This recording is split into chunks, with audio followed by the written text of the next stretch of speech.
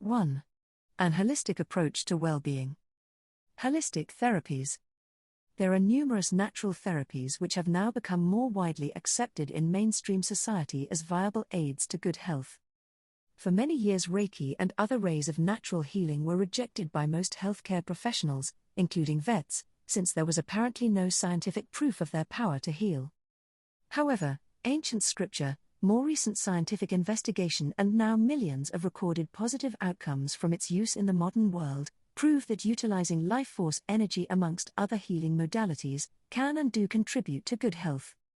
To live a healthy life requires the correct nourishment. Energy, water, sunlight, and food all contribute to our existence, the quality of which determine how healthy our bodies will be.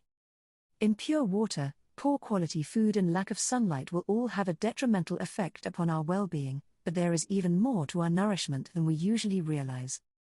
Energy. Living in a world filled with toxins in the air is something we are all aware of, but often we do not pay attention to the energy we are surrounding ourselves with, or that we are. Our vibration is determined by our state of mind, and we do have the ability to influence it either positively or negatively, as well as that of the vibration of the energy around us and beyond.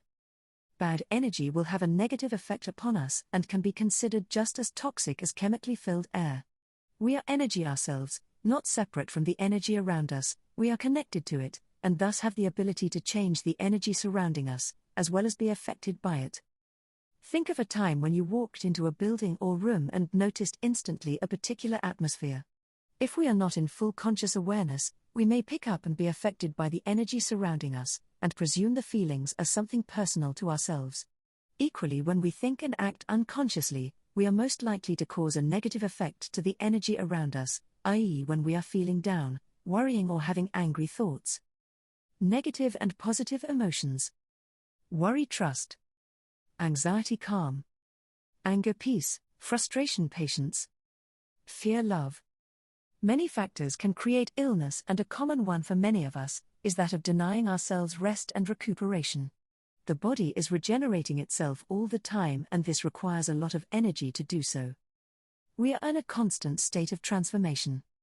As a society, we have come to believe that we must always push ourselves to the limit physically and mentally, in a bid to succeed and better ourselves.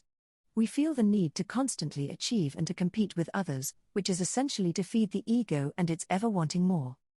Whilst there is great good in the innate urge to better ourselves for purposes of creation and evolution, we need to remain mindful that the body, the precious vehicle that is carrying us through life, needs constant care so that it may be of good service to us for all of our lifetime. The organism of the body, highly sophisticated that it is, knows exactly what is needed for our actual survival, and is working endlessly to keep the body in the best shape it can be for this aim. If we fail to notice the signs from the body, partially or totally dismissing its needs, we may find, as with any piece of unserviced machinery, that it begins to malfunction or even break down. As well as physical exertion, thinking alone uses up large amounts of energy that would otherwise be used to keep the body in good form. This is why meditation is such a worthwhile pastime, particularly for those with very busy lives. The stilling of the mind frees up energy, so that it can be better utilized in the maintenance of the body. Often even during rest periods the mind is still very active, i.e. worrying about past, planning the future, or going over things we need to do, could have done, or want to do. This causes an anxiety gap, and steals huge amounts of energy from the body even if we are physically resting. So too it can cause as resistance within the system, which can cut off life force energy to certain areas dependent on where we hold it, creating what we call an energy blockage. The inability to still the mind can cause a myriad of health problems, mentally, physically, emotionally, and spiritually. Anyone wishing to help themselves heal, and/or work within the areas of health and well-being, will do well to adopt the practices of meditation and mindfulness, and devote the time and focus needed for them to become habitual. Natural medicine and therapies should never be used to replace regular medicine, unless specified by a conventional health professional. Conventional medicine and treatment have their place, and as such should be respected at all times. There are cases in which the natural methods succeed where pharmaceutical remedies have failed, and vice versa. There is a reason why natural therapies are often referred to as complementary, because they should be seen and used in a complementary way, to regular medical treatment, and only when approved by health professionals. Many forms of intervention can help to repair a diseased body and mind. However, if we fail to approach the underlying cause of the dis-ease, it will most likely soon return. Misinterpreting, or missing completely, the underlying cause of illness can lead to a lifelong battle with your own body. We can learn to listen to this most wonderfully designed piece of organic engineering. It always knows what is best for us. If we feel tired, it is time to rest. If we are hungry or thirsty, we need to drink or eat. If we are too warm, we know we must find ways to cool down. Equally, if we can't stop thinking, it is time to learn the art of mindfulness and meditation. If things seem to be falling apart for us, maybe it is time to let go, so that the next phase of our life can begin. Fighting against the natural cycles of life will only cause us to suffer on some or all levels. Conventional medicine is changing all the time. Here in the UK, the NHS now adopts cognitive, conscious mental processes, as well as physical therapies, to assist in the healing and pain management of patients, and this is very good news. Still, pharmaceutical medicines are at the forefront of most solutions for illness. Whilst there are medicinal cures for many illnesses, in some cases medicines succeed only to reduce or relieve symptoms, and occasionally with intolerable side effects. Whilst conventional medicine can be extremely successful, there are additional ways in which we can assist the healing of dis-ease. Nourishment. We may not count what we see, touch, taste and smell as nourishment at all, yet contemplate for a moment on all that you take in with these senses, and realize they most definitely are. Many factors can create illness, and a common one for many of us is that of denying ourselves rest and recuperation. The body is regenerating itself all the time, and this requires a lot of energy to do so. To become and remain healthy, we need to learn how best to nourish our own bodies and minds. We are all completely unique, and what nourishes one person may cause illness in the next. We cannot expect to live in wellness if we are going against our own natural rhythm, or denying our body what it needs. An imbalance in the body caused by 30 years of bad nourishment may take many years to completely rectify. It can be a long process for us to begin to understand and listen to the needs of the body, if up until now we have completely ignored it. Loving attention via physical therapies is a great way to start. However, those of us whose vocation has been to help others heal need to be aware that to create newfound ease may take time and adjustments on all levels. A diet of food and drink which will support the body properly may have been completely overlooked by a person, and it may take time for them to develop the habit of an appropriate diet for good health. Movement is important to the body to ensure the correct flow of energy, blood and bodily fluids, yet often this is completely ignored. Physical exercise should be matched with the energy and abilities of each individual, dependent on their physique, ability and illness, and structured carefully to aid a gentle route to fitness. It is not something that should be rushed or forced. Some schools of yoga can be extremely gentle and greatly beneficial to health, as are Qigong, Tao Chi and other forms of conscious movement. Many new forms of conscious movement are being developed, as we as a society become more interested in holistic health. Investigate and educate yourself in these art forms where possible. They can be of huge benefit to your own life as well as those with whom you work. TV watching and listening to music may seem completely harmless things to do. Yet the content of what we are watching as well as the pitch and tone of sounds, which are all energy, have a massive impact on our way of thinking, as well as how the body will function. The body is constantly receiving messages from all outside stimuli, and adjusting accordingly, so too is the mind. A film which is filled with violence can be accepted as bad nutrition for the mind. The thoughts inspired by what we are seeing or hearing create reaction within the body in the form of emotion. The physical body reacts to emotion instantaneously, with stress hormones being released to protect itself, in the seemingly oncoming battle or flight.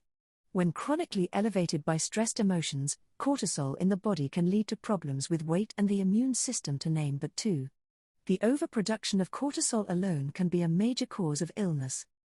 Negativity has a huge impact on how our bodies function and regenerate, as well as dis-easing the mind. It is in the brain that our thoughts first affect which chemicals are produced, and in simple terms, happy thoughts create happy chemicals, whilst sad, depressed, angry thoughts and so on produce chemicals that increase negativity in the mind, body and soul. An intolerance to certain foods can cause an inability for the body to absorb nutrients, which will cause a depletion of essential vitamins and minerals. The body may require natural supplements, along with good food and drink, to replenish those that may have been depleted by many factors in the past. We may require assistance in the form of mind therapies to help us discover a new way of seeing and accepting ourselves and our past, to assist in our overall healing. When we begin to take responsibility for our own health, we naturally choose to nourish ourselves with those things that are good for us on every level. Empath and sensitives. Many of us are natural empaths. Empaths can pick up feelings, moods, even thoughts, desires and wishes of those they come into contact with, or connect with on an energetic level. Most often this will be done unconsciously, and the empath may be influenced by another's wishes without even knowing. Highly sensitive people are also easily affected by the energy of others and can become distressed or upset, as well as happy and joyful for no apparent reason because they are picking up the feelings of another person, people or even animals. Spending time getting to know ourselves deeply through meditation and introspection can help us to gain a better understanding of these natural gifts and learn to use them in a positive way. There are several exercises that we can practice to help us become energetically resilient and to only pick up others' energies when we choose to do so. Getting in tune with our own inner self is the most important. Knowing ourselves reduces the chance of our mistaking others' moods for our own. Research this more if you feel you are affected by the phenomenon. Compassion fatigue. This is a state which is brought on by our allowing our experience to negatively affect our energy for too long. When we are working with sick or distressed humans or animals, and are deeply concerned for their welfare, our feeling sorry for them creates an accumulation of negativity within our own energy field. It also adds to the negative energy field or emotional pain body of those whom we are concerned about. Chronic illness and depression are common symptoms of this preoccupation with suffering. We can avoid this by learning ways to focus positive energy towards those who are suffering, rather than add to the negative with fear, anger or despair. Techniques to combat compassion fatigue will be discussed in your training. Summary. Looking at well-being in this holistic way gives us insight into how we can best work to help improve our own lives and health as well as that of others. The body, however, will always age and eventually we will all die. Fighting against the natural aging process can also cause much resistance within the mind, and in turn the body, which can create further dis-ease. We are essentially immortal, beyond the confines of form, yet still all form is impermanent, and our full acceptance of this fact will create an unfathomable ease and joy within us. If we are disabled or otherwise limited physically, by apparent incurable illness, we do not need to feel that we have failed in life. Often it is through physical limitation that we discover true, inner peace, and come to learn of our limitless and eternal nature, which is not dependent on form. Where limitation and disability is completely accepted, we find freedom from resistance. Where there is lack of resistance, there is also the potential for healing to take place. Where limitation remains, depends on our own life path and learning. No amount of resistance will ever create a cure. However, unease or contrast may in fact be the catalyst to spur us into the action required to make positive change.